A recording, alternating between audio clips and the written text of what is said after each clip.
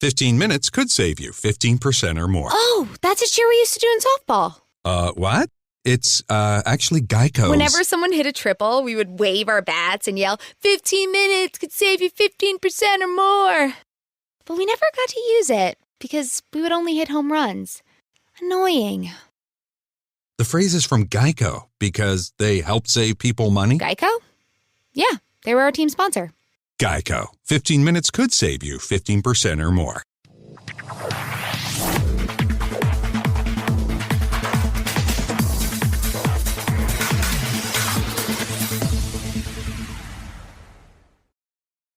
I miss when the ISL was spicy. I like it. I like it. When the ISL gets spicy, I like it a lot. I get very. Well, you can spice it up. Well, it's spicy to a degree. Like when it happens to your team, it's not as fun. When it happens to another team, it's like, okay. So speaking of your team, right? Yeah. You have some big news with the David Villa. It came out of with David Villa. Yes, yeah. It came out of nowhere. Yeah. We like to keep it spicy. We keep it spicy for y'all. So what is this? What is this deal? Like, is he involved in finding players or growing players? So what we have is because I was surprised when the narrative took off in different weird directions. I mean, I've seen when other clubs partner with. I'm gonna get to your question, don't worry. But when I saw other clubs partner with ISL clubs or I League clubs, nobody says anything. Like they're like, oh yeah, this is fantastic for India, love it, and you never hear a peep of that club again. Like I don't want to name names because I don't want to be like messy. It's okay, we all know the names. Yeah, but it's happened in this year alone. In the last 6 months, it's happened, and nothing has changed. Beginning of last season, nothing has changed. And then when we do it, and suddenly it's like, oh my god, what is he really doing? I mean, like, no, I mean he's actually doing a lot. So I'll tell you what he's doing. So we partnered with David Villa because, of course, we know through Joseph. We after last year went to shed. Joseph called me and was like, "Yo, I heard there's a bad time. I mean, can I do anything to help?" And I'm like, "Yeah." We're thinking this. We're looking for club partnerships usually because you see how these guys have it. But I never like doing things for gimmick because I remember when things happened in the past in Delhi, when we were in Delhi, the things were always like you have Roberto Carlos Jr. because Roberto and Roberto were decent, but it wasn't like it really was that much of a sustaining thing. And I've seen other clubs doing when they signed Berbatov or these kind of gimmicky things, and I hate it, and I never want to do that. And so even when we in the past when we had options from other clubs, like they're saying, hey, we'll put our name on the jersey or whatever you want to do. But it's a big name. Like some top 6 clubs would do that. Offer us to do that. We never did that. So we went with Aspire at the time. And that's where it was something more real. Same thing happened with us. So we thought, what is Davia and DV7 group going to really do? I mean, at first I was a little skeptical myself, but then he started talking about what he wants to do in India and how he thought that, Joseph helps him and how he wants to grow the brand and help us grow. Because they feel that they can help us. They said that, we know enough because a lot of these people, it's almost, I don't want to say incestuous, but you've seen now in India, a lot of Spanish influenced coaches, all these Spanish coaches know each other. Libera and Cambao were friends. Libera, Cambao also were with Rocca and then Carlos and all this stuff. So everybody knows each other. And the DB7 group, which is obviously owned by David, very confident they can do that same part for us. So Joseph said, I'll help you. I'll put you in touch. And together we can form like a committee and we work together. So when we came on board, it was something very small. We're just trying to help, initially it was something small, but it expanded something big. For Davia, we thought, okay, Davia can really help. And he himself raised his hand and said, you know what, I can help you guys with finding, things outside of India. I can help you with coaches. I can help you with players. I can help you with, finding sponsors, brands, whatever. Let's leverage this to work together and to see how this can work. Obviously, I think for him, it's like getting a foothold in India. And I think, if they do this right, the DB7 group will suddenly looks really good, right? If suddenly we top 4, then suddenly they're like, wow, when you could say Atletico Madrid, CFG, then saying DB7 suddenly got this team up to the top 4. So for them, it's a motivating thing to try to help us grow and see if they can expand their brand. And for us, it's like partnering with David. We just had a meeting with them. We have like once a week. We have these like executive committee meetings where it's me, Joseph, Victor, David, Raj, and our other technical director we haven't announced yet, which we will in the future, and on these calls. And so all of us are sitting in the group, and they're players. They're approving Indian players. So we always, when we would find Indian players, they would look at it, say, what do we think we fit in the system? They're coming up with their own system. We're interviewing coaches now. We have a scouts already in foreign players, because the good thing is having David Villa, I mean, he opens doors for us, and that helps us. I mean, rather than a club where you can have some of that same degree of things, the club is still focused on the club's part of things. And the core business of the club is the club. David Villa, while he has that Queensborough FC, that's not something for another year. It's still in 2022. They have time now. They're really getting their hands dirty and doing stuff within helping us and watching other things help us grow and find our team for next year. And I think having Joseph also there, because Joseph plays a big role in this, because he knows the Indian mentality. He's been there for 2 years. He knows what to look for, what strategies work, what don't work. He's kind of helping David up to get him up to speed in the same time. Then there's also Victor, he used to be the head of the communications for Valencia. He's more of the business end of things. He's helping us on a corporate level, trying to get to corporate. So we're talking to some brands for kids sponsorships, for kit manufacturers that are European for this season. So it's a more of a 365-degree thing. Since Aspire's deal did expire this year, we wanted something that would help us now, at least for the first team, because I know in the past we're doing a lot of stuff for youth, and it's still important to us. But we had to get the first team back on track. After last year's was a complete Hindenburg. We had to get something back up. So I know people get suspicious whenever you have a big name coming to India, because like, why the hell would they want to come to India? These are the big names. Why they care? I can honestly say David Villa is actually legitimately into the project. Like, it's not some guy who's sitting in the back and we just use his name and he'll show up, wave from a webcam and go away kind of thing. This is something he's actually taking this seriously, which I like.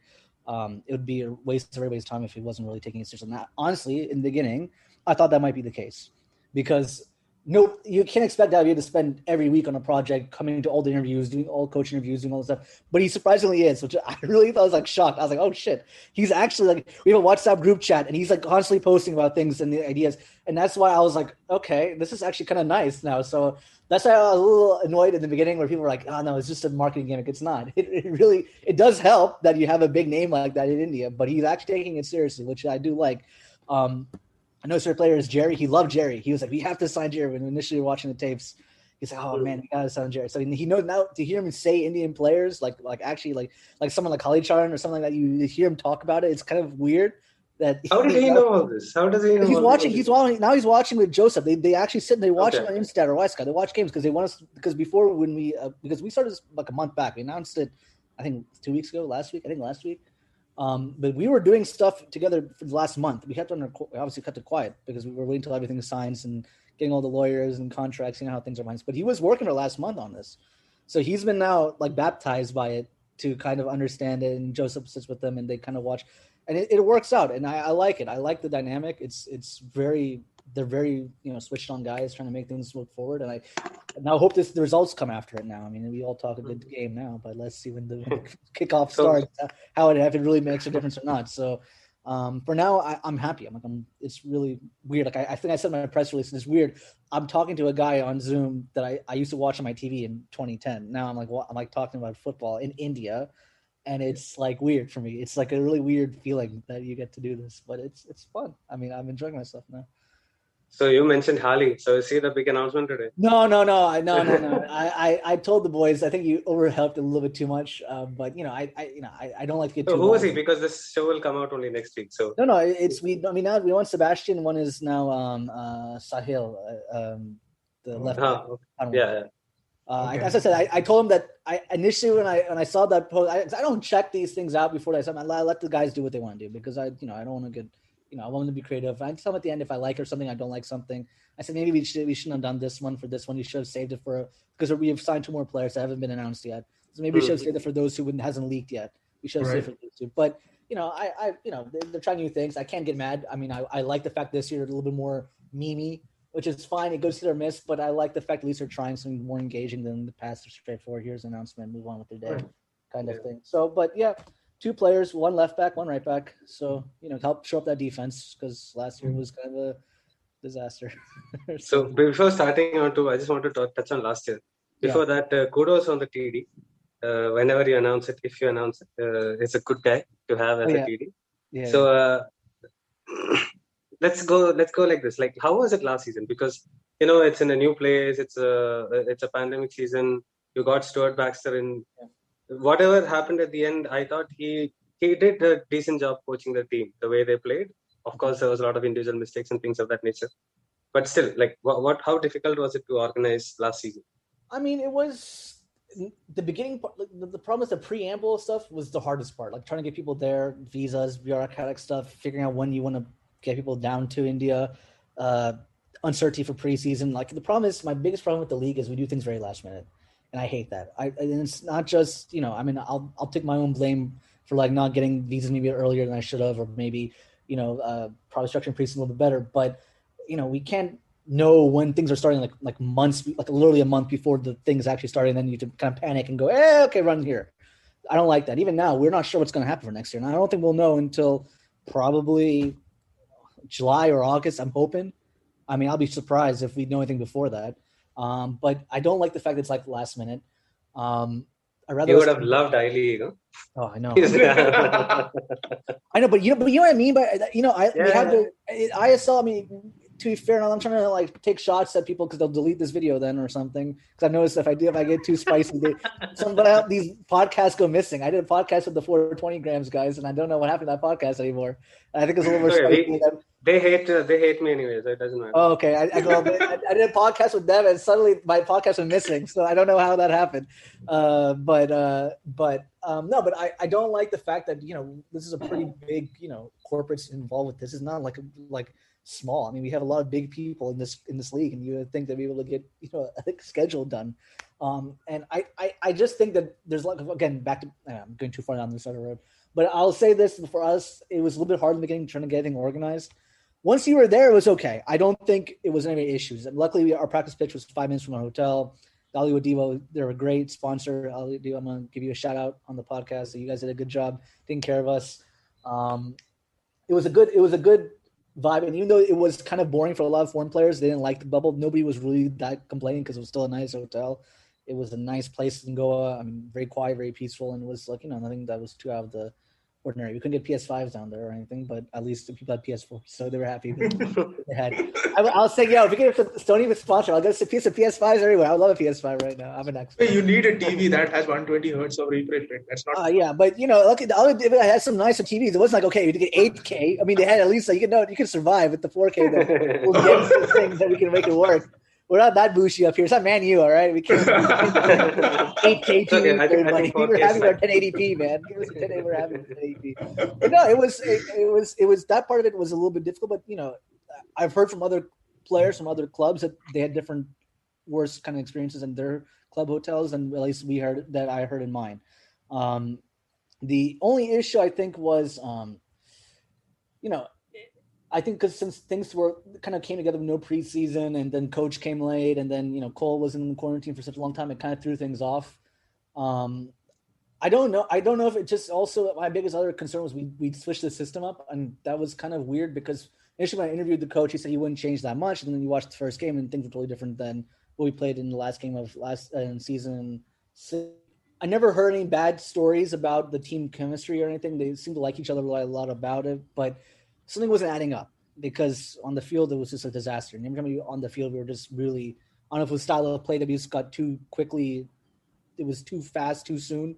I don't know if you had 2 years in the club, maybe it would have been different this year or not, but I just didn't like the way football we were playing. It was very defensive, very poor. I got the sense that the coach didn't really have a faith in as much in Indian players as I thought, usually someone would. And it kind of I could feel that kind of tension on the bench. You have Nanda on the bench. I don't think I don't know. It's weird. And then you have Paul who's on the bench. Then you have Paul who's on the bench for half the season. Then he came on and he started. He was really good. And everyone's like, "Wait, where did Paul come from?" And I'm like, Paul. At the beginning of the season, I thought Paul was going to be actually might replace what we need because I love what he was doing in the I-League. And I was like, this guy is actually really, really good. He's more aggressive. He can pass the ball forward, kind of stuff. So it was weird for me. And the other part is I wasn't there. So then I also couldn't tell what was really, if I know what's going on in the team, I have a pulse. Usually because when I was in Odisha, I knew exactly what was going on with the team at all times. I was traveling with the team. I was with the team.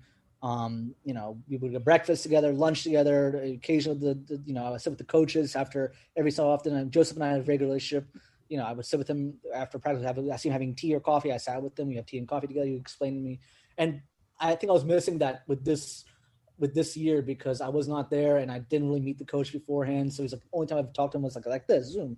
And you can't do that in football. You have to really feel it because if you're not there feeling the energy or feeling the thing, you can't really make changes as much. So it was just one thing led to another. And then finally it all culminated into whatever happened that game, press conference. And then we had to make a decision. And then finally, I think we should have just done it with Steven the whole way up, Steven Diaz. because he actually did the last game. The Indian players like showed up for that game. Not to say they didn't show up before, but they were really. They told me, I talked to Vinny before the game. He said we really want to win for Stephen, and so then they showed up like that. So I don't know, man. It was a really weird season for us. It was just because things happened. Too many changes happened in a short amount of time. Again, we didn't have a lot of veterans on the team in terms of Indian players. The veterans I think Vinitra is one of your oldest ones, right? Yeah, pretty weird. Nanda maybe, or George D'Souza, but he's new, right? I think he's 26. But that's why this year, I mean, even though we signed Sebastian and Sahil, but Sebastian is more of one of those usual signs I make. But we needed a right back because Shubham has an injury now, and we don't know when he's going to come back, and we need someone on the right back besides Hendry. Who I do love Hendry. I think Hendry's a fantastic player, by the way. Now, I think if he plays in his right back position, I think he'll do really good this year. Also, while Shubham is out. But yeah, so and even Sahil, he's young, but he's played in a couple of seasons in the ISL. He's played a lot. He played Pune a lot. He played Hyderabad the first season a lot. Now this year, of course, Akash has been freaking amazing. So how else are you going to take him out? But I do like Sahil a lot, and I think he's a good player. And so, we have 2 more signings or more older players. So hopefully that kind of balances things out a little bit. But I still like letting the young guns roar because I always feel that the younger players still know. And at this point, I see Vinny taking more of a leadership position. I wanted that to happen. Vinny's slowly getting more comfortable being that kind of guy. I was hoping, honestly, Anwu and Marcelino would be more veterans too, having been in the league now. But Anwu's more quiet. Marcelino, I think had a follow with the coach, so that kind of ruined things.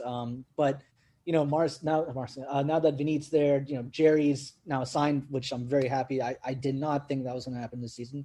I thought for sure something Mumbai. I thought there's no way. I thought there's no way. I mean, Mumbai just won the league. They're in the AFC. We did a pitch for Jerry earlier in the half season. We did a nice thing for him, but then I still thought, no way. I mean, he's gonna be, with Mumbai's offer or something, and suddenly things will change. But he's loyal, man. I gotta respect that. I like that. That's the one thing I always say, that at least, we position wise, we sucked last year, but at least the atmosphere with the club and the structure, people still want to stay with the club, which I like. It shows that at least we're doing something right in that regard. Because if you're a bad organization, nobody wants to just stay with you. Like, screw it. Because I'm sure Mumbai would have offered more money, and ATK would have offered ATK would have offered their more money. But good. Okay, so I don't want to get a tweet later. Ron didn't say what, and I'm like, oh shit. That's how you go. I did get it though. One of the podcasts, I kept saying ATK because that's what he used to. Me too, and I came late, and to Indian football. I obviously respect for Mohammed Khan. I just forget, and now it's like a whole thing. It's like you're still like 2 things, not like 4 things. Now you're the same as the club's name. But yeah, I know.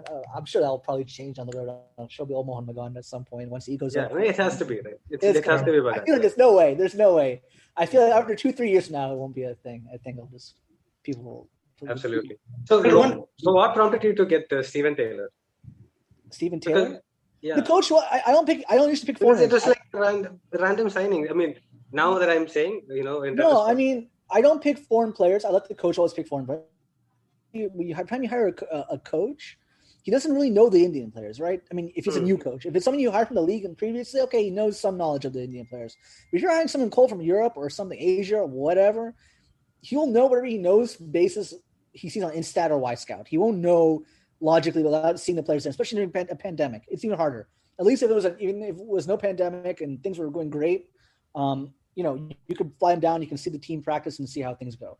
When you have, I usually they know what they're looking for. Coach really liked Steven Taylor, and there's a mosquito now in my room. And he really liked what he brought to the team. He thought in terms of leadership, in terms of experience. And at the time, it made sense to me too. Even like I was like, okay. I was trying to go off that Kerala, the old 2016 Kerala team, when they had who's that Irish guy there? Who they had there at the time? Aaron Hughes. Aaron Hughes. That's what I thought. Someone 36, even 35. Okay, a little bit older. He was on the team of the season for Phoenix, Wellington Phoenix from the A-League last season. So he was on the reserve part. So okay, he's not that far down the hole that you thought. Okay, 35, 36, even still kind of there. The season. So I thought, okay, it's a good signing. You can bring the leadership, kind of Captain UK kind of thing. I mean, I think he did what he could. I just, I could tell that I think this year, whether it was because, again, preseason or new to India, he definitely lost a step. Speed-wise, he was getting beaten on the counterattack so much. And unfortunately, and the funny thing is when we were interviewing the coach, and he was saying the one thing I fixed the defense. Because Joseph's defense was a bit shaky last season. Even worse.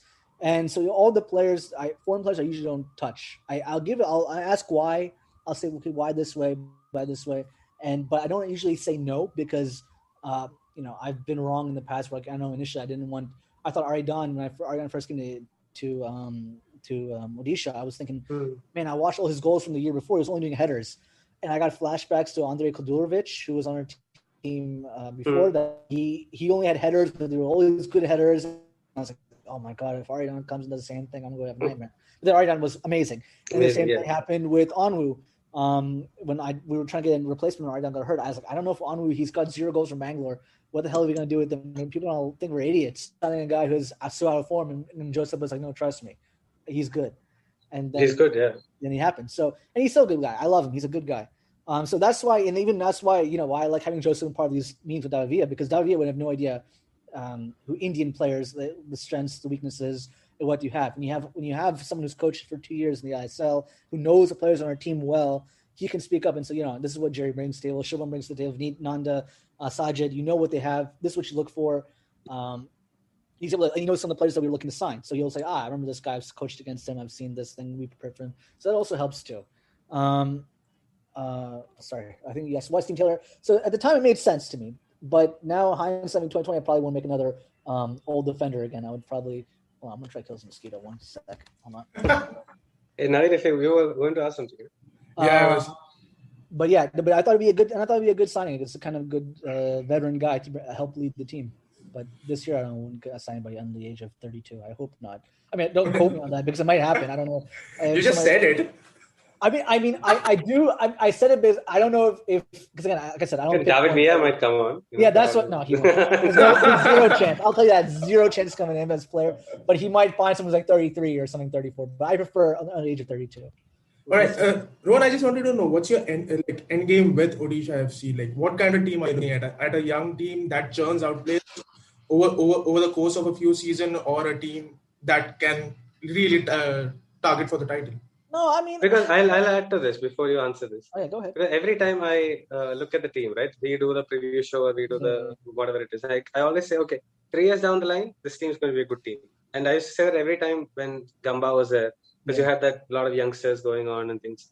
And then last year, like you said, went in a different direction. The team, I was very surprised that you didn't continue with the same philosophy. So, to adding to that, like, what is the end goal here? What's the philosophy that's running the team? I think now that we've experimented 2 different ways, I still prefer having more young players on my squad. I don't want to sign any more now. I have a core. I still feel like I have a core of my team. I don't really have much I would want to change in terms of players. I mean, I add a little bit here, but I'm very high, like I'm said. My biggest. I always think it's funny when other owners say they want their favorite player, some other player on their squad. All my favorite players are on my team right now, but I'm still very bullish on the youngsters in my squad because the year before last they were really good. Everybody was talking to us about like we were Hyderabad this year, we were the Hyderabad the year before, and that hasn't changed. The players are still the same players. They don't regress to that level of suck in a year. I mean, it's really, really hard. So that led me to believe it's probably the system that has to go back. And I think we have to keep going with the Spanish system because I think the players, I even asked the players about that at the end of the year. What do you feel went wrong? And they felt that unanimously, they all felt that the system was the issue. They felt like they couldn't really be comfortable in the system. So I do feel like we still have to go back to the Spanish way. That's why Joseph also, again, having him back, he knows what players work and what don't, system work, what doesn't work. So I do see Spanish. I still do with my young players. I still am a very firm believer in the young players. You see how they didn't Hyderabad this year. I mean, it's not a very, shocking thing to see. I mean, people are doing jump ship. Some good young players too. What I'm trying to do right now, honestly, guys, is trying to fix my defense because I feel comfortable in the midfield. I have a good Vineet Paul. I'm very high on Vineet Paul. Thoiba, unfortunately got injured, but he's still a good player, and he's only 17, 18, 19. I think 18 now, but he's still there. We have good wingers. Again, we'll announce another winger soon. But between Nanda, Jerry staying, I love Premjit. I'll put my hand up and say Premjit is he's just can't control his shooting, but he's really fast. I want him to be like Romeo or like Udanta now for Bangalore. but if he can get his like technique going, you were cooking with something there because I've seen him. He's like off. If you use him at the 7th minute, which I was so annoyed why we didn't do substitutions like that. You put Premjit in the 7th minute, he has that game-breaking speed. Okay, he won't be able to score maybe a goal, but at least put the ball in the box for someone to push it forward. But I digress. I like Premjit. I like Isaac. We have Dan, who I still am very high on. I've always been one of Dan's biggest fans. Technically, very good. Very good. And is this him trying to get the right rhythm? I mean, he got more game time, but he's not in the same position as when he was in Delhi when he scored those 4 or 5 goals. Is this trying to pulling it together? But Dan is so tantalizing because you can see like he has 80% of a good player there. It's just the last 20% needs to work. I think it's a little bit mental also. It has to be, and that's what I mean. That's what I said. That's my honestly, you put a nail on it. A lot of the players on my team, they had that 67% of that good player you see, but then there's that last mental part of it. And same with Vinit. And Vinit's I love Vinit, but in every coach, I get the most calls for Vinit more than any other player. And even now I get calls for Vinit. And you can arguably say he had a worse season than he had last year, but coaches like him because he has like the tempo. He's good. And I think it's just getting that all gelling together. This year we didn't sign. Last year we signed a lot of players. This year we signed a lot less. We signed maybe 4 or 5. But I do like the fact that it's a younger team who really do like the club. And that's the other thing. One thing I've always said, and you asked me what is the identity of the club, I wanted to be people who love playing for the club. I don't want to be like you're ready to leave the club. Like, you know what I mean? Like when people get offers from like Mumbai, ATK, Mohun Bagan, or they get offers from like, even Goa to an extent, people want ready to leave. They're ready to leave. You see other clubs get that happen all the time. They become like the feeder clubs for maybe some other ISL clubs, maybe. Maybe like you can argue maybe like, I don't know, Northeast to an extent. I don't know if that's too rude to say, but okay, we accept it. The clubs, some of the star players are always talked about leaving the club. And to me, when I have players who sign long-term deals with the club, it makes me feel good that, they want to be there. There's a part of that loyalty to the club because you want to build, right? In India, I don't know if we have that yet. I mean, Bangalore has it with Chetri, and I thought that was really cool that Sunil always said that I never wanted to leave Bangalore. My heart's in Bangalore, and I wanted to create that kind of mentality with my players. And it's slowly happening. Now, you asked me where do I want to be.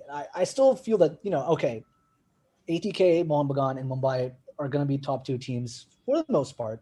I mean, I'll be surprised if they don't. There's a chance they might fall. I mean, not always the richest always succeed in any league. I mean, we see that in the Premier League to an extent, and even Champions League. When it comes to Champions League, the 2 highest spenders City is there. I think City is right? City and Chelsea, right? Yeah. Yeah. PSG didn't. And PSG, for all their money they spend, they didn't get there.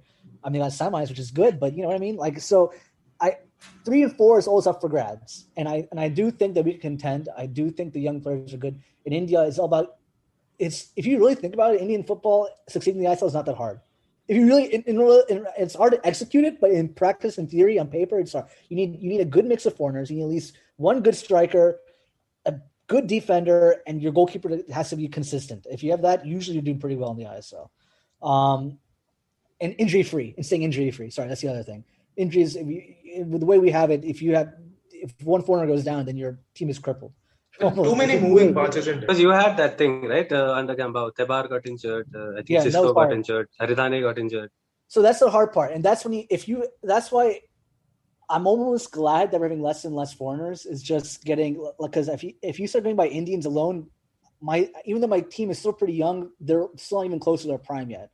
Outside of, really, nobody's really close to their prime yet. I mean, they're in their early 20s, 23, 24 now. They're past 22, but they're getting closer to that they're getting close to more maturity because they're still immature in terms of tactically. I mean, personality-wise, they're very mature, but like tactically-wise, they're still kind of 6s and 7s sometimes. But they're getting there, and I still believe in the same squad, or else I would have jumped them all off. And because people call me for my players, it's not like I'm crazy, but I still believe in the squad. I still believe in the chemistry they have. One thing I was very impressed with is when I would have team meetings I would talk to the boys, Indian boys, they always sit together. Everybody from George to from Isaac to Premjit through Kamalpreet to Arshdeep to Ravi, they would all, even 2 of our players were on leave for bereavement issues. They took a FaceTime call to come in. Nanda and Kamaljit came on the call. And so I like that. I like the fact that they're growing together because it's always important. The 5th really key to have a good team is having a good chemistry in the locker room. You need to have that. And any team, it really, if you're an underdog team, which we will always be, because we won't be able to necessarily compete with in terms of financially with the top two. You need to have the ability to feel that kind of like closeness. And we got this. And ride or die, we're going to come and we're going to mess up everybody's day. And I want to create that mentality. So to answer your question, I still always feel that I want to have a top 4 team. I still believe every year people always ask me, what do you think your team is going to be this year? And I always say top 4. But then why would I not say it's not? Because you know what I mean? Because if I'm saying, oh no, I think we'll be a bottom 2 team this year. That sounds like defeatist, and it sounds stupid. Why would you spend the money and the time to be a bottom 2 team? It doesn't make any sense. I mean, I was ready to pay for Jingen too. That wasn't like the hype thing. I was ready to pay for Jingen. Jingen was an empty checkbook. I had the authority to go as far as high as Jingen as I wanted to go. But he wanted to play Mulligan. All his friends were there and such. So we're still aggressive. If it happens to be that, I liken us to. It's hard now because we sucked last year, so I can't say anything good. But I liken us to be like a team like one of those like Everton-ish like teams that sometimes will surprise you, but I don't know where it'll be. I can't guarantee a top 4 thing, but at least we might be in the running for it. But honestly, we still every day, my chairman says to me, like, we have to be a top 4 team every year. He says that, and that's why this year, last year was very upset that we really tanked down to the bottom, and it was very upsetting for him. And now that's why we have our Raj coming in, which has been amazing to help. Last year was by myself mainly. I had no one else to really talk to. Now I have a whole committee of people talking to, so I'm not like a crazy mad scientist thinking I'm doing all this great shit. In the end, we suck. So, that's why I'm glad I have more people there to at least bounce ideas off of. But we're very ambitious, man. I'm telling you, I really hated how last year went. I really hated the fact that, I felt better. I thought the team was really good last year in terms of constructed. I thought I put depth on every position, and then nothing happened. And it's just, I don't know. For me, it was heartbreaking. And so now I'm hoping that this year with the better people supporting cast in the backroom staff-wise are helping me kind of push the ball forward a little bit, if you pardon the pun. I'm hoping things get better now for next season. Well, Rohan, given the way the league is, you don't have to worry about relegation, at least for now. How much that helps in your ambitions and planning for the future? Because all you have to do is look for the top 4, right? You don't have to worry about the drop. Well, for me, there is a certain, even though there's no promotion rotation, there's a certain kind of disgrace when you're a bottom team. Honestly, I mean, it's still nobody wants to. People always ask you when you talk to sponsors, talk to like corporates, talk to other people, fans. When you tell them you're the worst team in the league, nobody wants to like say, "Wow, cool." You know what I mean? Like, so even though there's no relegation, there's that pain. Okay, maybe for the second from last, maybe okay, you don't care as much. But if you're last, it fucking sucks. I'm sorry, I don't want to be on this out, but it sucks, right? You don't want to be no language barriers. Okay, good. Okay, yeah. So it sucks, man. You don't want to have the worst team in the ISL, and given the amount of money we all spend, nobody's making money on this whole thing, right? ISL it's kind of gross to talk about money in football, but unfortunately, they're all interlinked to a certain stage from now. We won't form a super league with Real Madrid, but I'm just saying that you can see, yeah, they're calling Odisha FC. I'm like, yo, now that Chelsea left, you want to come in? Like, oh, let's go. Barca, Real Madrid, Juventus, and Odisha FC. You're going to the top. No, but it's like you don't want to be that have that honor of being the worst team in the league. The good thing is that you can bounce back. It still motivates us because we still don't. We want to. I'm a very competitive person when it comes to the other team owners, and people all know my history with Bangalore and how I feel about that. So I want to beat the best because I take media narratives very personally. Even though I always feel like when they gas up one team, like, oh, this was this team, and this is why this is the best. And I like screw that. I want to tear that down. I want to be the guys who say, kind of look at those guys, because how people talk about Hyderabad. Now Hyderabad's on my list. Everybody's like, Hyderabad. They really care about youth players. No other club in Indian football is doing that. And I'm like, dude, this is the problem, right? This is the problem with the Indian football journalists. Community. They just hype up. So the next year I come and say, okay, you know what? Jamshedpur is a new rate of youth players doing it best. So I did this 3 years ago in Delhi, man. What the hell are you doing, guy? I had Chamte and all these guys come in. Nobody said anything about that when I did it.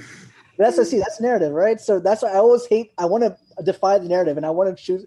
I want to put, because right now Odisha FC is like, it's like a meme club now. It's like they signed out Via. Before that, it's just like it's a shitty team. They move cities. We're not very popular. Nobody wants to be, nobody's outside the Odia community. Nobody really feels a connection to Odisha FC, which I find, it sucks, but, I want to change that, right? Because I feel that we have good things in place. We have good pieces that we're trying to build from. It's just trying to get all these, past narratives out of the way. And as soon as more young players get called to the national team, because that other thing is whole political too. So I don't like getting too much into that. But the Jerry one, still, I don't get it. People can give you all the graphs and spider graphs and informatics and charts, and I still say, look, this all stat matters, like how many assists, how many goals, how many fits. He says small. Listen, I'll get into this a little bit later, but the whole Chunky versus Jerry debate, having both of them, I love both of them, but having seen who contributes more to the team and still Chunky gets more hype than Jerry. Like I even saw FIFA. This is so small. I don't think even Jerry cares about it, but I care about it. I saw the FIFA Team of the Week on the cards for the shittiest FIFA mobile thing. That bullshit. I saw that Chunky got over Jerry, and I love Chunk. Chunk is a good guy. I like Chunky.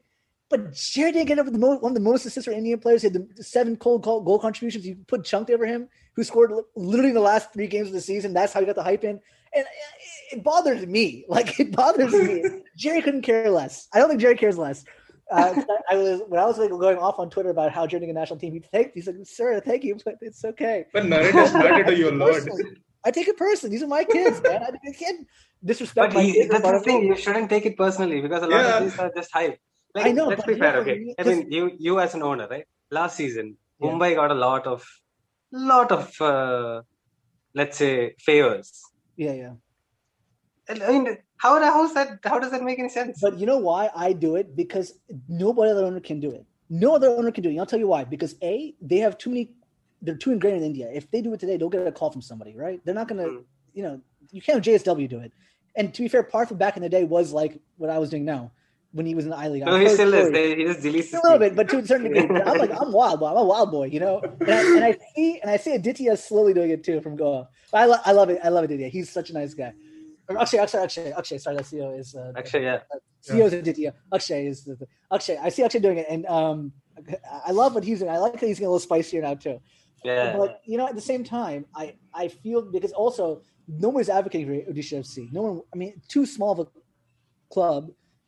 I say club, I mean it's too small because we're not the biggest state, not Mumbai, we're not Kolkata, have all that legacy, or Kerala or Goa, where there's so much legacy there. Odisha is still like a startup. It's like a startup right now, and so nobody else will advocate it for besides me. The fans will, but they're nice people. The Odia people are very, very sweet, very lovely people. They're not as sassy as I would be. But for me, I'm the biggest advocate. I'm the biggest fan. I'm the biggest advocate. So I will go. I'll go to the mat. Now I'll stop. Now I'm getting older, and now we sucked last year. I can't be as spicy as I used to be. But but at the same time, I will still at the same time try my best to fight for Odisha or put it up there when there's narratives going in different directions. Because the problem in Indian football narratives is even rumors. Sometimes you get rumors. Something everybody says like Bidya. That's the one that everybody's saying we're signing for sure. And that takes off. There's no proof. And we're not signing him, but there's somehow people so convinced Vidya is going to be our player by next week. And so I don't get it. Is this people say even coaches? It's just crazy because we never had a culture where there was a transfer rumor and stuff, right? So now it's like anything and everything is rumor. But it becomes gospel though. That's the thing. Rumors become gospel very quickly. Yeah, exactly. So people sometimes they ask me like, "What do you think of this player?" I always say I don't give a shit about the transfers. Like, let them play, then I'll be like some foreigner who's played third division in Spain is like, is he a good player? I don't know. Nobody knows. And the guy who signed him also doesn't know. So even for us, we like the player obviously, but we don't know how it's going to turn out. I don't think anybody predicted if people knew Ardan was so good when he first came to us, people would have signed him like years ago. Why did you lose him? No, we had a different play because our coach didn't want Ardan. He first said that he didn't want to come back. He wanted to go to Spain to play because he was on loan for Cultural Leonesa, right? And so he was like, "I'm gonna go back to Spain." And we're like, "Okay." I mean, we truly love him. He's still a good relationship with him. I talk him during the season, even occasionally. But then we signed Diego. Then we signed Anu. And then his agent called me and said he wants to come back to India. I said, "But man, we just signed Anu and Diego. I can't sign another striker now. I don't have less." So then he went to Hyderabad. But I have a good relationship with Aridan. I still like him. He's a good guy. I thought, you know what? I thought he would go to Bangalore FC. I thought so too. Because I heard good stories about that. Yeah, and Neely, who was there, Pedromo, who played for half a season, they're best friends. Yeah. So I was like, oh, okay, now we'll see him come, but it didn't work. No, I mean, I'm sure they wish they had him, but 100%. Yeah, but I saw Diego. Like I said, I like Diego, and then again, now you have a new coach coming in, different system. Does he fit in? He's more of a winger who can play inside. Diego's a good guy, but he's a good, the team players love him. I mean, he's a good, very smiling person, very good, positive mentality. Cole's another good guy too, but he's under your contract, so he'll be there for next year. Unless I know his wife has a newborn baby coming in, so maybe things might change. But for now, he's on the contract for next season. We like Cole, but it's just the hard part is when you have foreign players, it's almost like lottery tickets in certain degrees. I mean, I don't want to say it's too much hit or miss, but I feel that I'm sure Goa thought Igor would do what he would do. I don't think I would be surprised if Goa thought that Igor wouldn't be a very good player. But I definitely didn't expect Diego to be as good as he did, for example. I thought Diego, maybe score like 6-7 goals, but not to be on the running for Golden Boot in a season where we were very bad. But I was surprised. I don't think many other players who saw Diego come in and has he been a top 4 player?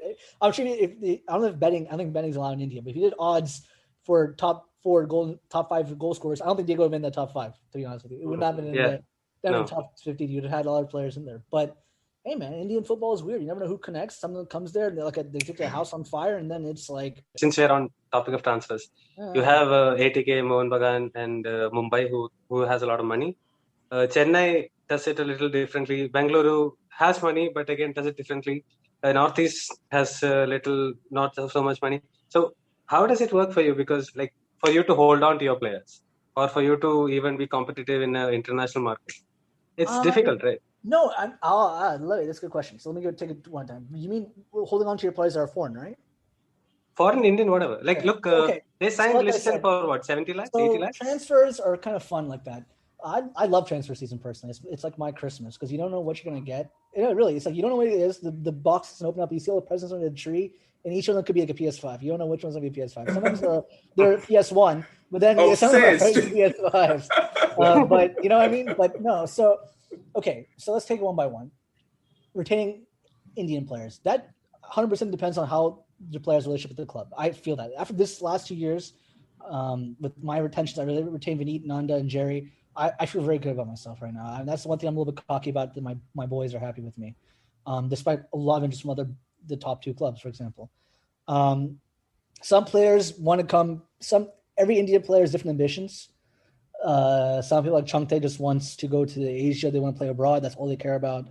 That's all they see in the future. India for them is stepping stone for that. Some players want to just be in the national team. They want to be in the national team. They want the honor of playing against Neilbai. They want to do all that stuff. That's the second thing. The third thing is some people just want to have money. Some players they come from poor backgrounds. For them, making 40, 50 lakhs a year, for them, that's all they care about. They're happy to play a consistent level. They don't really care about the national team, but they'd be happy to take the money. They're good enough not to be out of the club. And that's how the 3 categories of Indian players are usually defined. And fourth is someone who just really wants to just evolve the sport. I mean, I guess it's kind of similar to what number 2 is, but you have someone who just wants to evolve, who wants to get better and pushes himself, who's like, you know what, I don't care what's going to happen to me. I want to take this the right way and grow. I think players by now know what each club is good at. What is the strengths and weaknesses of each club? I can't speak to other clubs because I don't know the internals of most of them that well, but I know for us, people because it's a very smaller, there's no much bureaucracy. Like let's say in East Bengal, where there's so much bureaucracy, we have no bureaucracy. It's just me, Raj, and that's it. You come to us too, and that's it if you need anything. We take really good personal attention with our players. Like we call them, we speak to them every week. We like to kind of keep up on them. Some players like that. I know what helped with Jerry is the fact that Jerry's kind of mentality, even though he's a damn good player, I still argue probably a top 7 Indian player. He likes the idea of feeling close to family. He's a big family-oriented guy. He's close to his mom. He's close to his brother. He's been growing up with a lot of these kids like Dan, Changte, and Isaac, and Zwala, and he's grown up with all these kids all his life. So he knows they're very close. He likes the bonding part of it. And so that's why I knew with Jerry, I even though I didn't think it would come, but I knew once I talked to him, I knew kind of why he was staying, because he liked the fact he felt at home here. We were loyal to him. We picked him up from Jamshedpur. We always gassed him up. We always put him together. He likes the family aspect. He's very close to Vineet and Ananda now, and he likes Arshdeep a lot. He always bonds well. So some people like that, and that's why some players like us, because we keep that kind of hug, like a mama bear for them. We still offer good. I mean, people always say we have a smaller transfer budget. We don't. We spend towards the middle, like pretty close to the middle, not a little bit to the tippier tops. So that's where Indian players are tending in. So they know. It's more of a comfort thing with them. Some players may just want to go to the top team just to play for the top team. That's as far as it goes. They want to play nation. That's how it goes. That's how some players different. For foreign players, it's about who has the most money. That's the dirty truth of it. I can't imagine any foreign player in any club staying. Like I could see if Mumbai offered Roy Krishna double what he's getting in Mumbai, Mohan Bagan, he would go to Mumbai. I would be shocked if he stayed. Foreign players are more like mercenaries because they haven't grown up with the club. They're coming in either once. Some might be different, like Partalu. Australia. But even I heard Partalu was on the market for a little bit during last season. Someone sent me offers. I don't know if there's authorization or not, but you never know. But most of them do stay with the team. Most of them go for the highest bidder. Some of them, like I said, are very strange to have players who stay with the club because they want the most money. Period. They just want money to come in, throw it in. And the hard part about foreign players is if they're good for you this year, 1 year, and you have a 1 year deal because you're too scared to know what's going to happen to them in 2 years, boy, you're going to pay the next year. Yeah. You're going to pay the hell out of it next year. And then it becomes like a thing saying, okay, is it worth it for me to pay almost double what I paid him last year? Or is it better for me to just find a new player? Like the Goa model, right? The FC Goa, they made a business decision saying, you have Fall and Bumu and Koro asking for an amazing amount of money.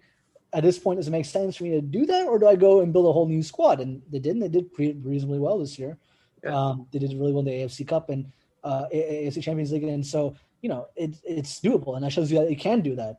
For me, listen, for me personally, I would prefer to keep the players who've done well for us in the past, but again, it depends on the coach. One of my biggest, I didn't want to do what Kerala has done, where you have new coaches every year, but sometimes you can't help it, and you have to move the coaches because I understand 1 year is not enough, and even this was out of my hand. This year I was out of my hand. I couldn't far down the road. I couldn't say stay, but Joseph. If Joseph didn't get a job somewhere else, he would have stayed for another year. And he told me that if I knew that my project in New York was so delayed, I would have stayed. I would have stayed last year even, so he wouldn't have been that thing. So I prefer to have these coaches come in longer term, and that's why initially I had a long-term contract with Steven Stewart. Long-term, 2 years, but like it was a 2-year contract. It's in India. Yeah. It's a long-term contract. Yeah, but long-term. I consider long-term like 3+, but okay. But you know what I mean? But I don't want to have these short stints, and then you're training coaches, and everything changes, and the psychology changes, and you want to keep that consistent. But so if someone does, you want to keep, but it comes out of your hands in a way. When you look for, I think what was your third point you asked, how do you retain and I think buy, right? Is that what your question? So, there's multiple ways of doing it. There are ways where you go just by agents. Agents will call you. You should see my phone is full of agents emailing me, texting, WhatsApping me, texting saying this guy's in, you want this guy. They'll send at least, if I get less than 10, that's too much. If I get less than 5 a day, I'm shocked of these kind of emails saying, "Hey, you want to look at this player? This guy's 30. So you get from that. What's one way you get it? The other way is you have your coach look. You use your coach. That's what I like to do because I like the coach. I want the coach to complain that you're saying, "Hey, he took all the Indian players. He took all the foreign players, and I have this team that I had nothing to do with it." And then they'll blame you. That's why the thing is. So that's why I like to give half in, half off. But even this new signing, why again? I'm thinking back to what DV7 is doing it because DV7 is helping us pick us a coach. The coach, before he comes in, is being vetted by all of us to make sure he's okay with everything, that they've given the stamp approval. It's because DV7 helped give a small checklist through us for the players we signed this year. So everything went through their approval, so there's none of that either. Because one thing with Stewart's like, the Indian players were not very good. I didn't pick the Indian players, and I thought, you had half the national team who called up last year from Odisha FC. Not half, I shouldn't say, that's too much. But we had 3 or 4 players got called up to the camp before last year in the same team. So what happened? But you let those guys kind of help you pick. Some are very aggressive, let their technical director pick as well. They'll tell you, just look up, find them, see how it goes. I don't know if many clubs, I'm sure they do, but I think Goa does it, but I'm not 100% sure. Yeah, Goa has a very good. Robbie's a good guy. He's also very good. I like him a lot. I've talked to him for a long time. These league meetings, and he's a nice guy. Mm-hmm. He's a good guy, yeah. The whole Goa team, by the way, I honestly can't speak highly of them. They're very, very good people. The most in I see a lot of people who just talk and they. Yeah. I say with a grain of salt because I'm a talker, but like but I know people are just generally nice people when you talk to them. And the Goa team, the whole guys from Aditya, Akshay, all these guys, Ravi, they're such good guys. All good guys.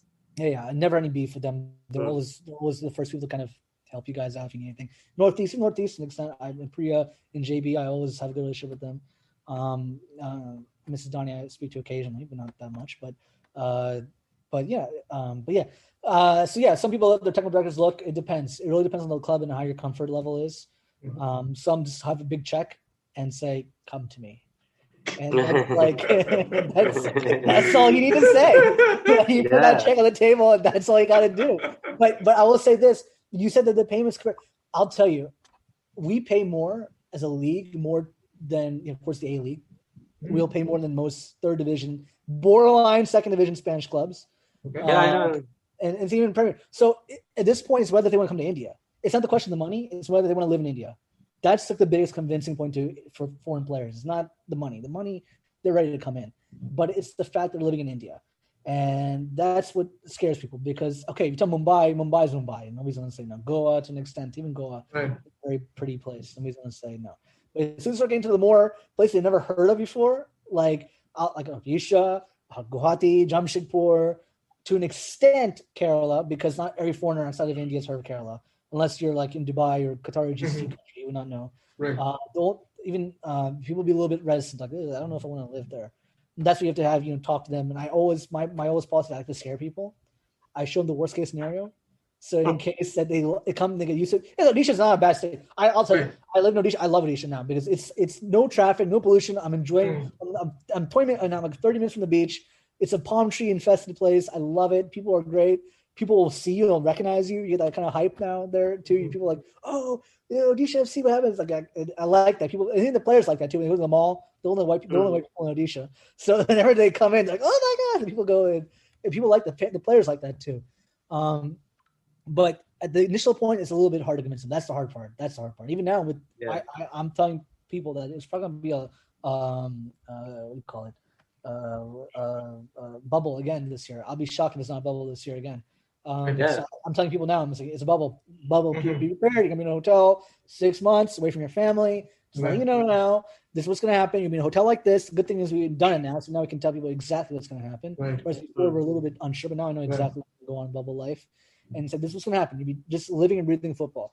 But again, the other hard part is with the visas. Again, we don't know what's gonna happen. So long story short, that's how you kind of get people to come to your team foreign-wise, recruitment-wise. Well, one of the funny things is, right, when with the foreigners, and I stay in Bangalore, so I've covered Bangalore FC from the beginning, from when they first started. One of the things that you see with them, one of the reasons why they are able to retain foreigners, not so much the forwards in the last few years, but then the midfielder, Patil has been there, Yohanan, John. Yeah, they take care of them very well. They have an apartment somewhere. I've gone to their apartment. It's a very nice apartment. They're all next to each other, families around. They have a lot of good, outing and things like that. So that part of it, I don't know how many clubs do this, but I think that plays a big, like Parthalu, for example, right? He's so in love with Bangalore. Yeah. He took a place of his own. Oh, nice. So he stays away. He's like, great, thanks for the boarding and things, but I'll get a place of my own. And he knows the people near his house. The guy who cuts the tender coconut for him, he knows that guy. So it's like you get to have a thing with the city. Last year, I know our first year in Odisha, we had the apartment complex. It was very nice complex, skirts of Bhubaneswar, but it was really all the foreign players next to each other, and they all loved it. Indian players had one building, the foreigners had another building. Some chose to be in a hotel voluntarily. It's the single guys usually were more into the hotel life, but the foreigners liked some of the families loved the hotel because it had a nice basketball gym court. It was really nice, and we tried to do it up. And I know again, the problem is in on bubble, I'm losing out on that, but ideally we have apartment. Good thing in Odisha again, I'm a little bit more control over what I can give people because I'm not like having to. I can make calls and like get things done, right? It's not like I have to like beg people to help me out. It's like, okay, I called this person and this person will help me out. I called this person will help me out, and that part is good. And I think Odisha, and the good thing about Odisha, the only hard part of Odisha is not much things to do yet there. It's growing, but it's still not like, not like you go to Hyderabad. But the good thing is, at least we have an airport that you can go an hour away from, almost an hour and a half to 2 hours away from everybody. You can go to Delhi, Mumbai in 2 hours. You go to, Kolkata is very short to get flight. If you want to go to Hyderabad, it's even shorter too. So if you really want to go travel, you can travel out, but it's more relaxing. But it also depends where your players are from too, because that also makes a difference. If you have players who've been playing in first, second division of Europe, and they're used to like certain kind of luxuries, then the smaller towns might be a little bit harder for them. I've learned that Central American players usually adapt to India a lot faster. Central American and African players, they will stay. They will love it. They'll not complain. Once they come to the apartment, they're like, wow, this is really good. I love it. Like I know Martin and Dia used to love the apartments. Dia stayed there longer even because he had such a good time. So it was like people really adapt to their surroundings very quickly. If those kind of players. Some of the Spanish players, because if their wives are coming, they have preference on milk and yogurt they get in Spain, they don't get here. They have bread choices. They don't get upset. They don't have that there. The guys don't really care as much. They're there just to play football and have a good time. If they have a good atmosphere, they're happy. But if their wives aren't happy, then it's a little bit bad on them. Right. But that's the only part. Odisha, the good thing is in Delhi, people like Delhi a lot because of the you can go to a hotel, you go to Bukhara, you can do whatever the hell you want to go to. There's so many 5-star hotels and nightclubs you can hang out. But when you start driving around and you felt the traffic, then people like really had, and then going to the airport, it was a mess. Odisha airport, we go to the Odisha airport, we're done in like 15 There's 10 no minutes. one there. The security guard knows us. They're like, oh, sir, come in. They're barely patting us down. Come down, not this way. Come down. It's like I said, it's like that kind of vibe. That's why some people are like, what the hell is this? Because I'm not used to it. People forget in India, if you're in a small area and they know you, they'll like, why are you waiting? Like, come. And that's people like this. And that's why some of the players are like, okay. I also saw a story that when I was leaving, the security guard he recognized me. He didn't say anything. He said, while he was patting me, he said, what's our chances for next year? How do you think we're going to do next year? Are you going to retain our down? And I was like, that is hilarious. Never in my life ever did that in Delhi, but in Odisha, they do that. And that's why in a smaller town, there's always goods and bads. The bad part is, okay, less things to do. But the good is that it feels more like a home. And I love that. The atmosphere is so much more warmer because they want to socialize with you. They want to know you. They want to like talk to you. And people always, can you just talk, take a picture? And it's like, and I still like it. We have Chili's, man. We have Chili's. There's a brewery in Odisha, in Bhubaneswar I went to. It was really wild. It was so funny because they had, when I was there, it was good beer, not bad beer. I'm a big beer guy. But something burst, like a pipe burst, and it started flooding. And there was a DJ that night. And the DJ didn't stop playing. And it was like an inch of water. And you're disco diva. And like an inch of water. And I'm like, is this kind of short? Because they're like all these exposed plugs. I'm like, dude, is there gonna be like a fire here? And at first like, no, it's chill. This is I'm like, all right, man, we're doing it tonight. What's gonna happen? I don't know. But that's why but I like it on Odisha. It's like a very warm, very fun place, man. And it's I think some players learn to like it. Some players might have a hard time to adjust. That's why you always kind of, I say, scare them with the worst stories, so then they come in, they feel less intimidated. Well, Rohan, since we're talking about getting foreign transfers, last year we saw a lot of Australian influx, right? And that was primarily because A-League was going through a really difficult time with Fox Sports cutting down on their budget. But this season, the coming season, probably from December onwards, things are getting back to normal. There's a lot of Aussies who played in the ISL heading back to down under. Given that, how difficult will it be for you to attract an Asian guy? Because that is something. I think it's a 4 foreigner, no, this year? I'm sorry? It's 4 foreigners, right? This year, 3+1, right? Yeah. No, I think it's 5. I think it's 5. I think we had 7 last year? No, 6. No, 7. I think it's this year 6. I think it's 6 this year. But 3+1 on the field. I can't remember. I should remember this. No. Yes. No. I think you're still okay with 4+1 in the field, but I think it's one less foreigner than last year. I don't think it's changed unless they've changed something again that I'm still forgetting. I'm blanking on. I think it was 3. I mean, it doesn't matter. I think foreigners are less. Let's go with that. Okay, I know the total amount. I think it's one. The total amount. I think it's one less. But I think it's still 5 because they're still on. I don't know if unless the league has done something different. I totally forgotten about. I missed the memo on. But it's possible. It's possible now. I could have done that. But no. So. Getting Asian players onto so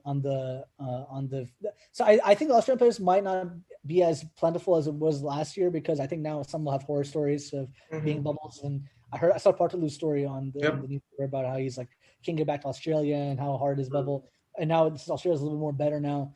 I can't imagine a lot of these players coming in. That was an easy market for India, right? Getting Australian players. Yeah, I mean, it is, and then you get Australian players, but again, it's like. Getting an Asian player is good. It's challenging because you want to it's like a puzzle. You want to figure out where they want to fit into the puzzle because something like you wouldn't want to get like an Australian attacker personally. You get like a midfielder, batsman, or center back. I like the idea of getting more different. Like, I like how Mumbai got Sai Goddard from Japan. He's Japanese, but he's playing in Italy. But I would like to have more of these kind of players come in. But the problem is also cultural. He's going to be the only guy. There's like I remember obviously Iranian players were rumored to come to India, but then they realized that he's the only Iranian in the bubble with all these other different people. They won't have it. It happened at Fatkalo, no? In Chennai.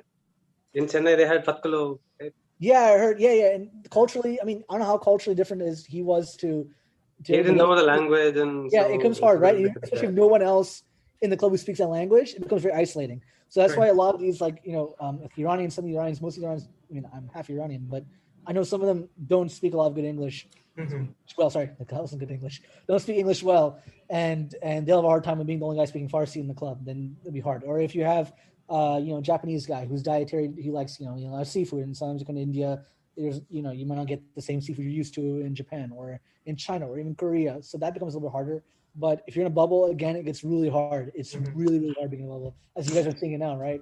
Kind of experiencing bubble. I mean, and to be fair, your situation is a lot as luxurious as what they are having. I mean, I don't know, but they're not staying in 5-star hotels and complaining with, this is not 4K, it's 1080p. Like, this is the complaint you would get.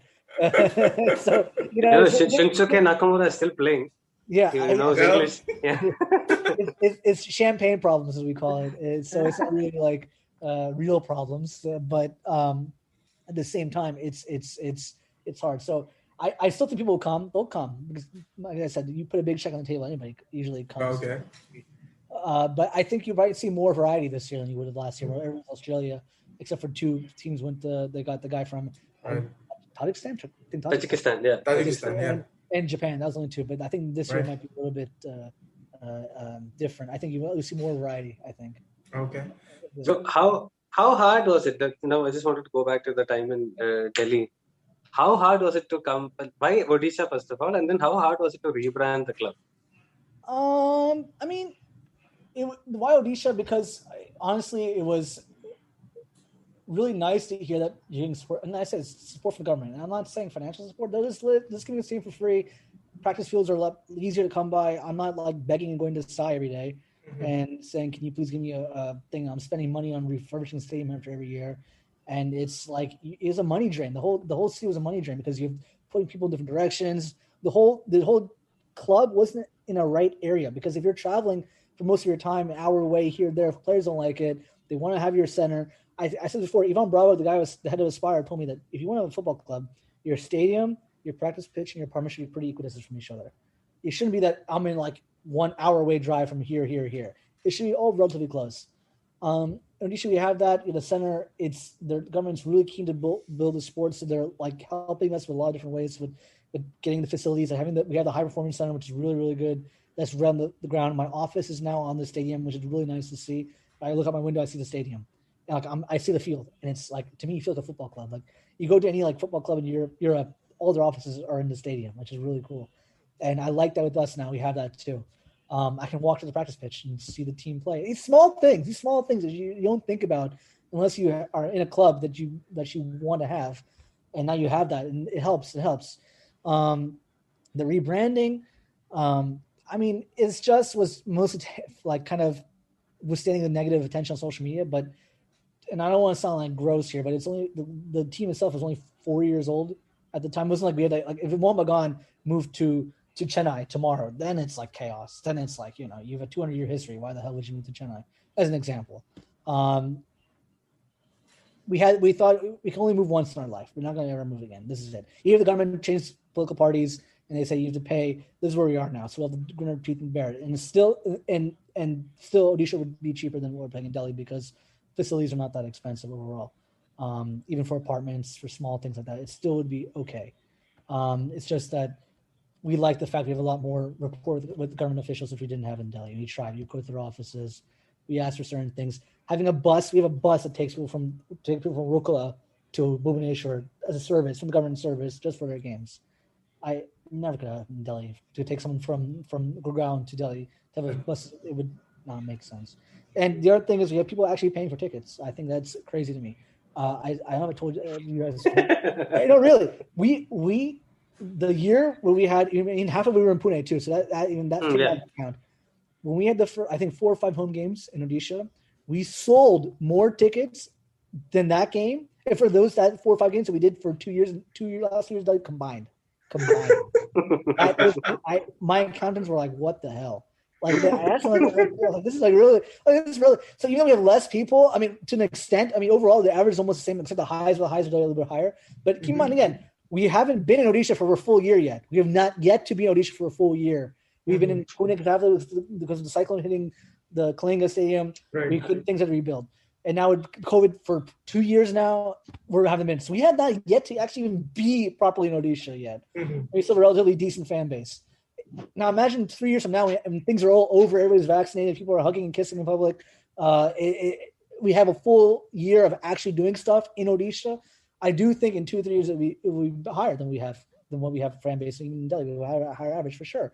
I would estimate conservatively at least 12,000, 11,000 average, because it's a smaller market. More people. This is like the only sports team. There's no cricket team. I don't think the hockey team really exists anymore.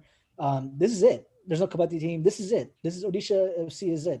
And if we can do it right and we show that we're doing things for the people and less about corporate stuff like how Man U's getting like reamed because of whatever the Glazers have done wrong. If you're doing more stuff and getting more ODI players to come in, then suddenly people back you a lot more organically. Because even now people are still, I can still sense it because, we're still, we're new. I'm not Odia. My dad is, Punjabi. My mom is Iranian. I grew up in America. So I'm no real connection to Odisha. The only Odisha is when I'm there and I try to engage people, try to understand how to like kind of help. And that's why I've even tried to, even my employees that are in the club, I want to make them Odian rather than bring from Delhi or Mumbai or Bangalore. Okay. Or because I want to create the more local culture there because it has to be, it feels like it's their club. Mm-hmm. And that's the other thing that brings me to another point. Why, I think that why I'm more, I speak to the fans more directly. I don't think many other owners speak to the fans as much as I conservatively I'm saying I do. Maybe some do. I don't know. I don't know them all intimately. But I know the fans have my email. They DM me on Twitter. Some of them have my WhatsApp number. I mean, if there's issues, they know where to find me. And it's not like I duck and hide. I'm always the first person to stand up. If there's something going wrong, I would take it. Let's go. Ask me questions. I want you to ask me questions because I'm a very transparent person. I'll tell you if something is going wrong. I'll tell you something's going wrong. If something's going right, then I'm there celebrating with you. But it's all it takes. You have to take time. You have to show them that you earn that respect because respect is earned, not given. And that's what I'm still. I'm not resting my laurels. Even though I love the Juggernauts. They did a good job. I'm very happy with their creativity, their attitude towards the club. They tried their best to do everything possible to support, even during a hard year. They're very artistic. I think it's so beautiful when you have artistic fans.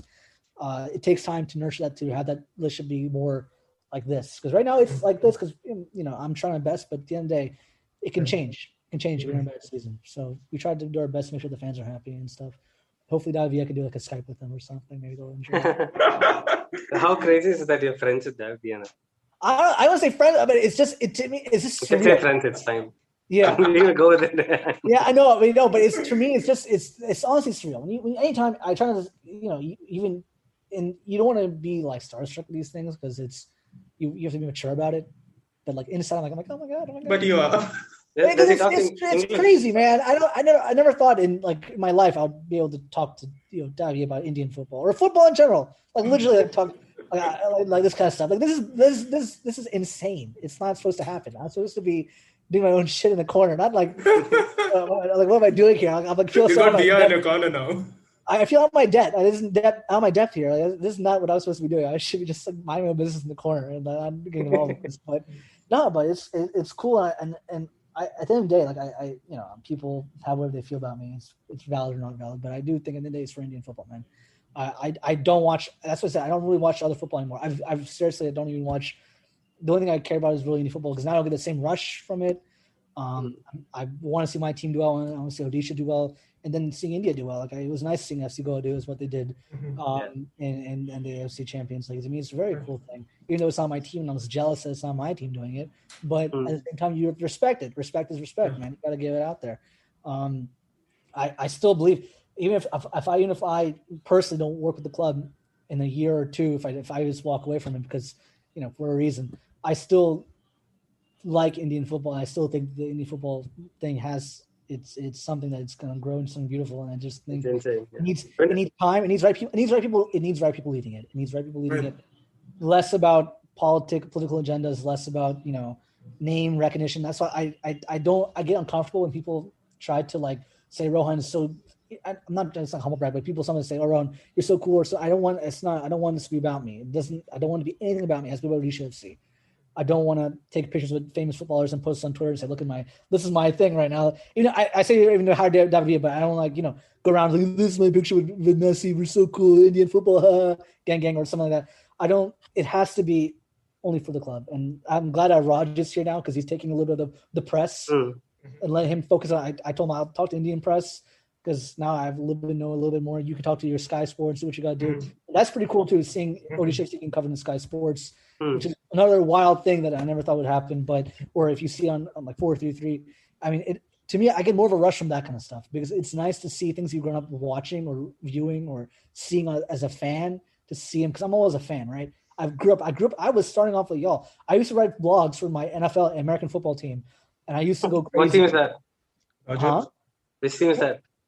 I wasn't journal. I was like I used to just go type on like there's a thing called SB Nation. I don't know if you know SB Nation, but it is.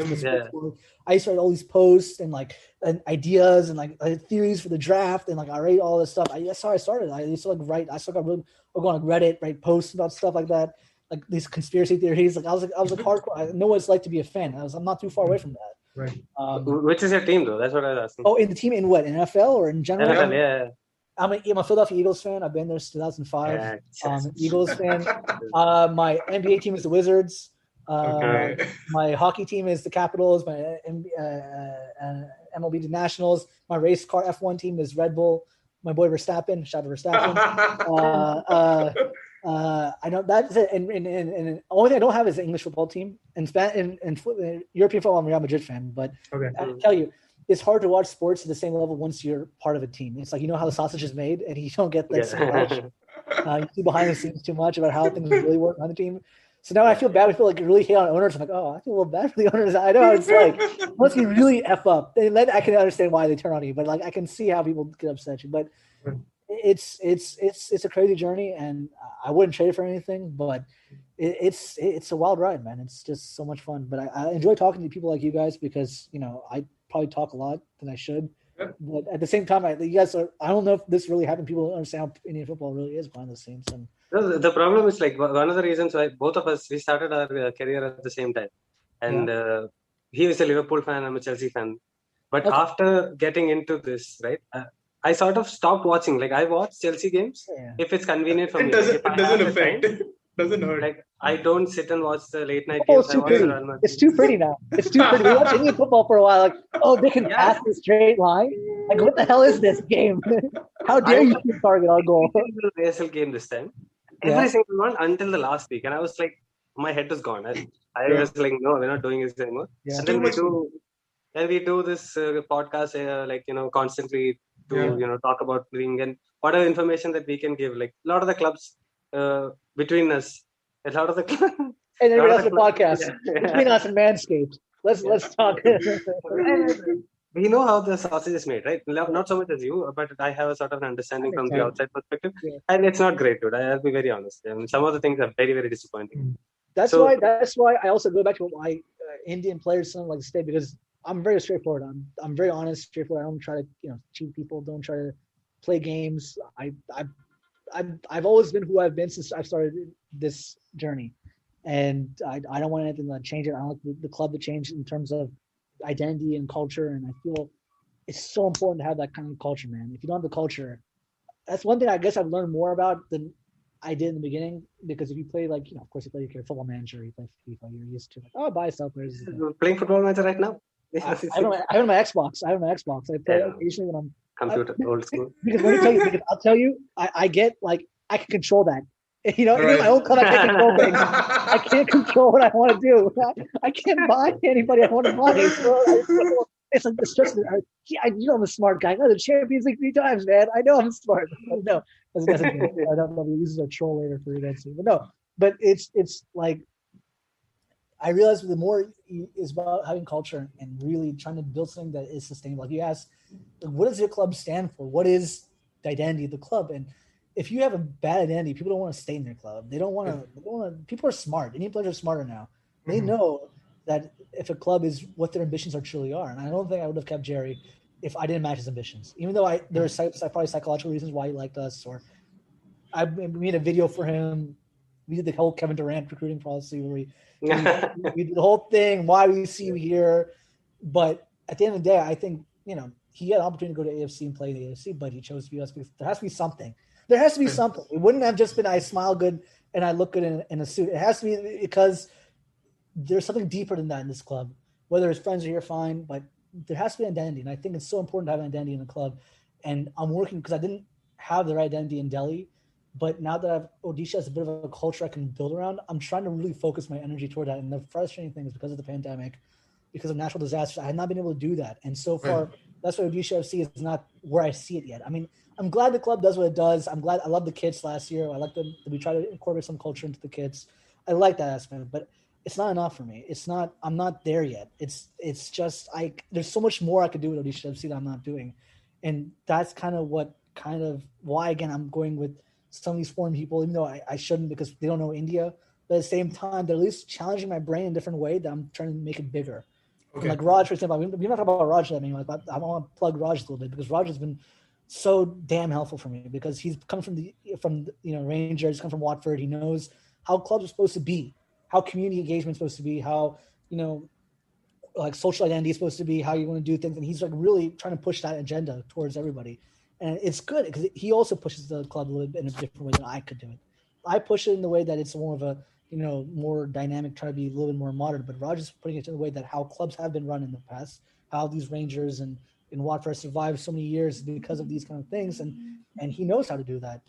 And that helps me. And having David come in and say, this is technically how you should do it. And Joseph coming in and how you should do it. And now Victor comes in, corporate business, how you should structure things. And these are all, I'm trying to surround myself with smarter people than me.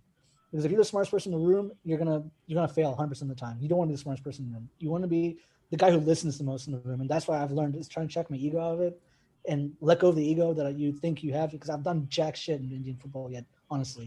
All I can brag about is I found some players who were already pretty good, but they came to the club and they came better than they were. But other than that, I don't have anything to brag about at all. So right now, that's why I like the fact that I'm able to at least listen to people who are trying to help me get better, help the club get better. And at the end of the day, as soon as we win any trophies, I'm like for sure out of here. Not me, my family, but me personally. Okay. Because I've done what I need to do. I can let it go. Raj can run it. I can do it, but do my best. But for me, I just want to get this club to where it should be. And hopefully, once it's there, it doesn't have to do much anymore. It's out of my hands. I've done what I need to do. I can help it from afar, but let people do what they got to do. Well, Rohan, the things that you said is one part of running a football club or being in football, right? But there's another part which is the financials, and which is a big part of everything that's one's got to do with Indian football. Yeah. We are in a pandemic. The coming season will be in pandemic. The following season will be a post-pandemic season. Financials are taking a drastic hit for everyone, including people involved in Indian football. Given the situation, how feasible is this? What you're doing? I mean, it's complicated because it's not. Listen, if there was a point where I thought I was going to go crazy, we would not be like God being good. I mean, my family business is still doing very well because we do shipping and people still need to have supplies, and it helps. But at the same time, I feel bad. It's like still like a money drain. Indian football is still a money drain. People ask me this question all the time. Well, how do you change financial in Indian football? And if I had the answer, I'll probably run the league personally. But I think what the biggest issue with the finance of Indian football is that there are too many chefs in the kitchen, meaning there are too many corporate people involved with it, and there's not spending enough time structuring it in a correct way. I feel the league obviously is taking big changes since it started. I remember I was there when it was an event, when it was a 3-month event, and where you have 3 months of games, and that was it. Move on. 3 months, 2 months. It was like December to March, really, and that was as far as it went. It was like 8 teams, nothing, and it was just like it was not boring, but it was just like you didn't have much games. It was like all the celebrities are involved. You had we had Jacqueline Fernandez, you people coming in with all their other celebrities coming in, ambassadors. It was more of that kind of party. things have changed obviously a lot better now. We had AFC. We were 10 teams. We wouldn't have thought a couple of years ago. 11 now, I think. Right now, 11, isn't it? With East Bengal, I think. Yeah, 11. Yeah. Yeah, 11. Yeah, 11. Yeah. See, I forget to. I have to focus on the micro stuff of Odisha FC. I don't even think the macro stuff. That's why I have people reminding me every day, Rohan, you gotta do this, breathe, eat. But no. I do think I think that it's still too much. I don't know how to put this without getting in trouble. I think there's too much. I think it needs to be still. First thing I would say, there has to be more communication between the league and the clubs. There has to be more of this. I mean, it's getting better. Martin's doing a little bit better job, and I think having foreign CEOs help a little bit too, because if you have a lot of, I'm not trying to disparage Indian CEOs, there's some really good ones, but they'll know, but they won't know deeply how it is really in other countries. So Damien from CFG, who's with Mumbai, and now Raj, it's like, this is not right. Like, this is not how it's done. Like, you can't do this. It's not sustainable like this. And so they'll bring it up. But at the end of the day, the league, the stakeholder FSDL is king. But hey, I mean, would he have done it if Bangalore was top 4? Probably not. But I think I still give this props. I'm really happy he did that, because it drew attention to. I've said this many times before, how the money's the financial makes sense, but having more. There's a lot of money leaking also, right? That's the crazy thing. It's just that it's. When you have two big companies like Reliance and Star, things always get difficult. You can't negotiate with those two big people. You know what I mean? It's harder. Yeah. What you need to have is there has to be, and I understand it. You don't have to. Again, it doesn't have to be. You have to be all independent like anarchists and do your own thing like the Premier League. There's a way to do it, but at the same time, it's just right now we're in a position, especially with the pandemic, that I'm still spending more in the pandemic than I was in Odisha, because things were more freer for me there. I'm in Goa, I'm paying for the practice field, I'm paying the stadium. Of course, I'm not traveling as much, but even then you can find a travel partner and cut it down. But that part is a little bit harder. And first getting sponsors, because for sponsors we're all fishing in the same pond. The league, the other clubs, everybody's fishing for the same sponsors, and they then they don't have to do cricket and football. But overall, it's just it can be done. And I'm sure it will be done. It's just that that's why most are very fan of the salary cap. Now I know it's the salary cap is more of a suggestion than, yeah. And it's frustrating because it's just the league doesn't want to help on that either. But if you start making it like a full scale, who care free for all, there'll be a lot of clubs who won't be able to handle it, because you can't compete with if two clubs. I don't know how much money Jamshedpur will start spending, Bangalore might start spending if they could, but it'll become very difficult because not every club is there for this. And if we're already losing money, it doesn't make sense to now spend even more on foreign players, which we know at the end of the day.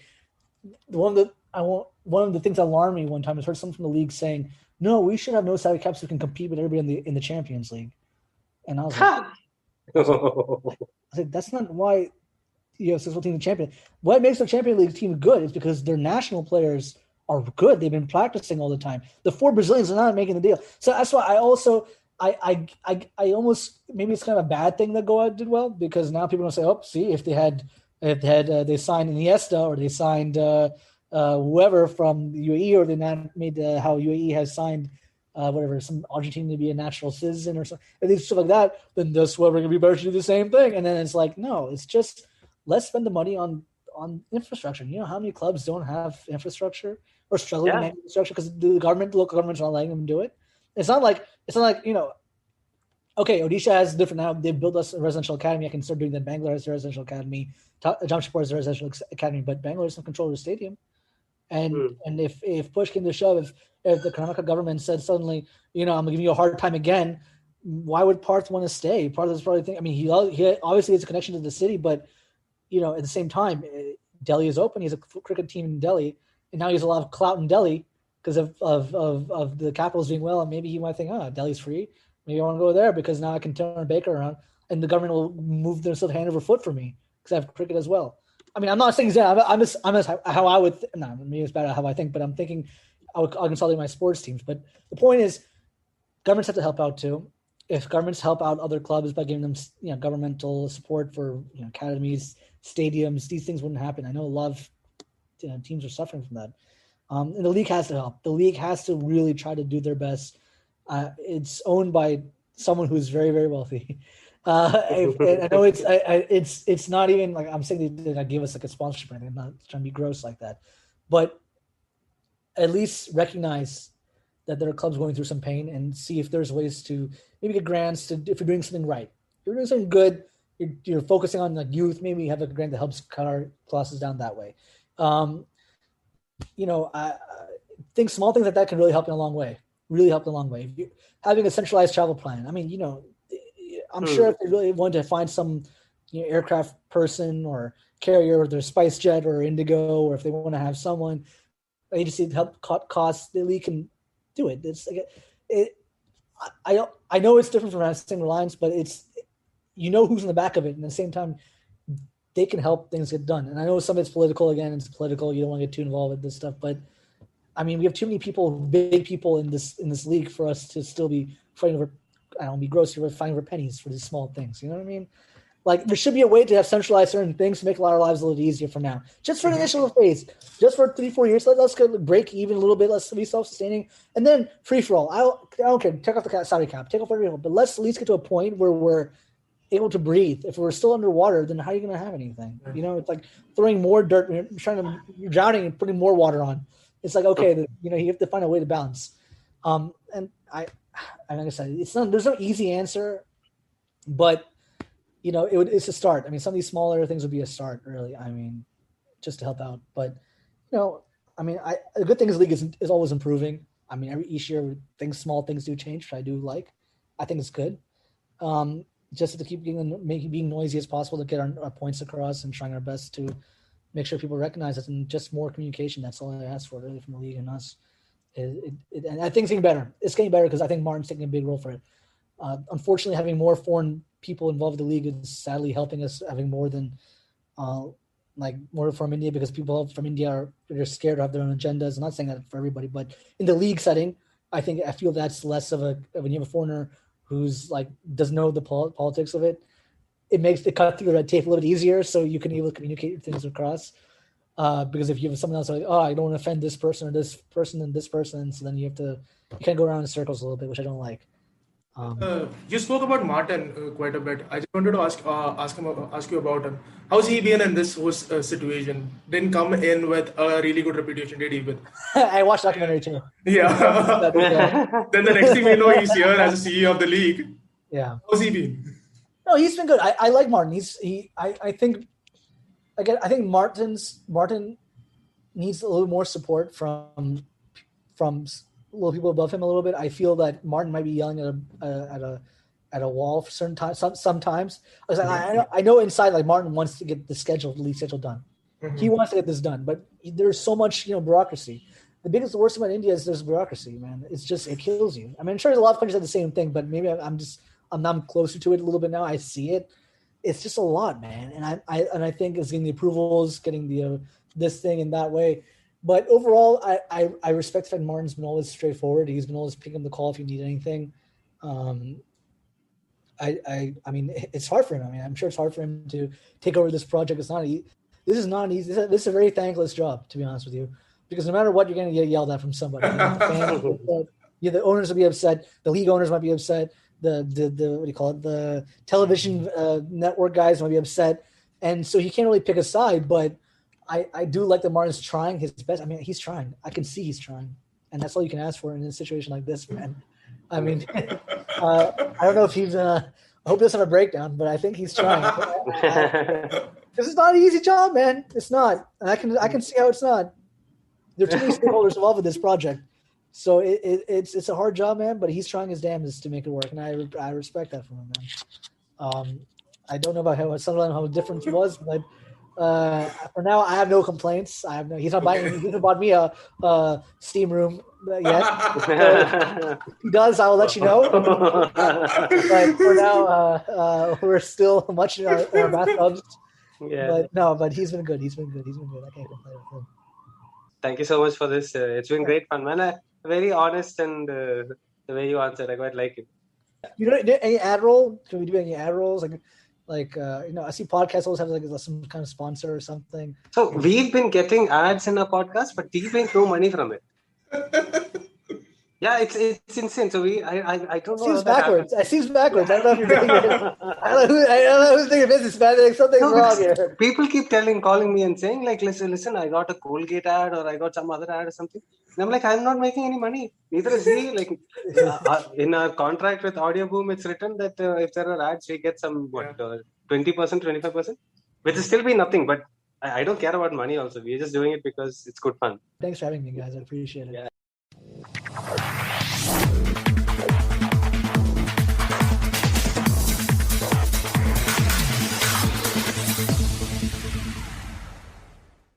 So I heard from my sister's friend's cousin that Kohl's has the lowest prices of the season and had to see for myself.